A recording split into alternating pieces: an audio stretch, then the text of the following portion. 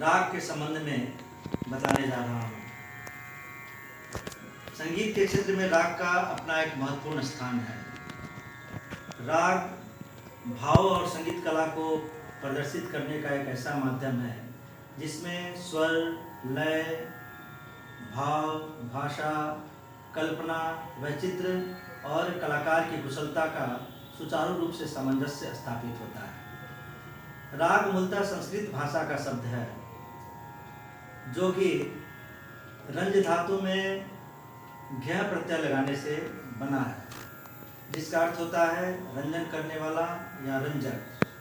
साहित्य के क्षेत्र में भी राग का तात्पर्य वर्ण, रंग, सौंदर्य, प्रेम, स्नेह, लालित्य, माधुर्य आदि से है। संगीत कला के क्षेत्र में राग का प्रयोग सांगीतिक लालित्य और सांगीतिक माधुर्य से किया जाता है। नाट्य शास्त्र में भरत मुनि ने भी राग शब्द का प्रयोग रंजकता के अर्थ में ही किया है। उन्होंने कहा है कि यथा वर्णादिते चित्रम न शोभेत पादेन भवेत् एवमेव बिना गानम नाट्यम रागम न गच्छति।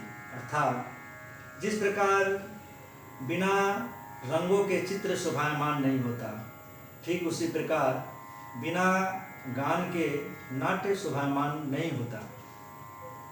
राग की वास्तविक परिभाषा को सर्वप्रथम विदेशी ग्रंथ में मतंग मुनि ने उल्लेखित किया है। उन्होंने कहा है यो सो ध्वनि विशेष वस्तु स्वर्ण वर्ण विभूषित रंजको जनचितानाम सह राग उदाहत। अर्थात स्वर्ण वर्ण से विभूषित ध्वनि की वह विशिष्ट रचना जो मनुष्य के चित्त का रंजन करने में समर्थ हो, वही राग है।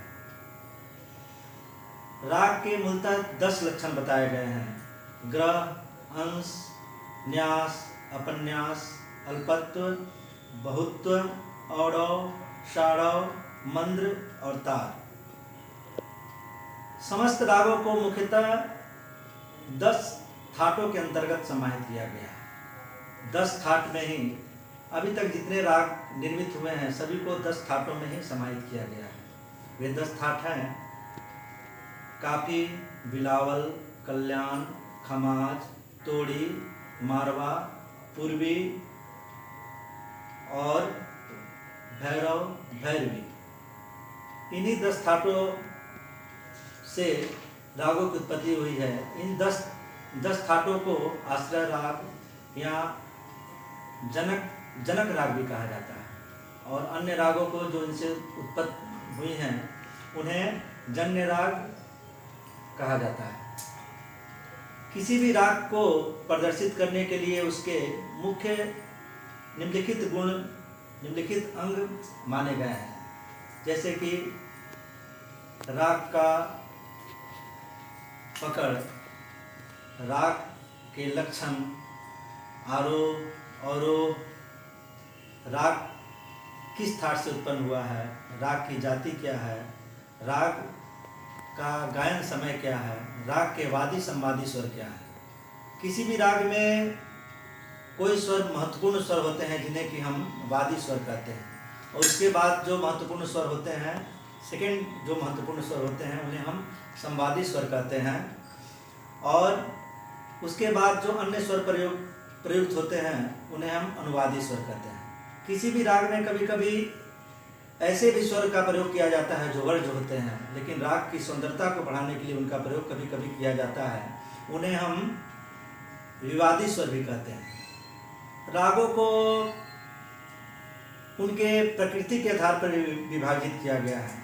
जैसे कुछ राग जो होते हैं पूर्वांग प्रधान होते हैं, अर्थात जिनके वादी स्वर राग के पूर्व अंग में होते हैं, वो पूर्वांग प्रधान राग हुए। जिन रागों के वादी स्वर उत्तरांग में हो उन्हें हम उत्तरांगवादी स्वर कहते हैं, और अधिकांशतः जो उत्तरांगवादी राग होते हैं वो चंचल प्रकृति के होते हैं, और जो पूर्वांगवादी राग हैं वो गंभीर प्रकृति के होते हैं। रागों को प्रदर्शित करने के लिए इन तत्वों के अलावा राग की बंदिशें होती हैं। राग की बंदिशों के भी 3 अंग माने गए हैं। पहला विलंबित ख्याल, मध्य ख्याल, द्रुत ख्याल। इन विभिन्न विभिन्न लयों में गाए जाने की प्रकृति को हम विभिन्न ख्यालों के नाम से भी पुकारते हैं।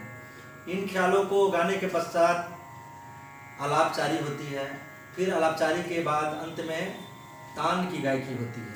जैसे मैं एक छोटा राग प्रस्तुत करने जा रहा हूँ।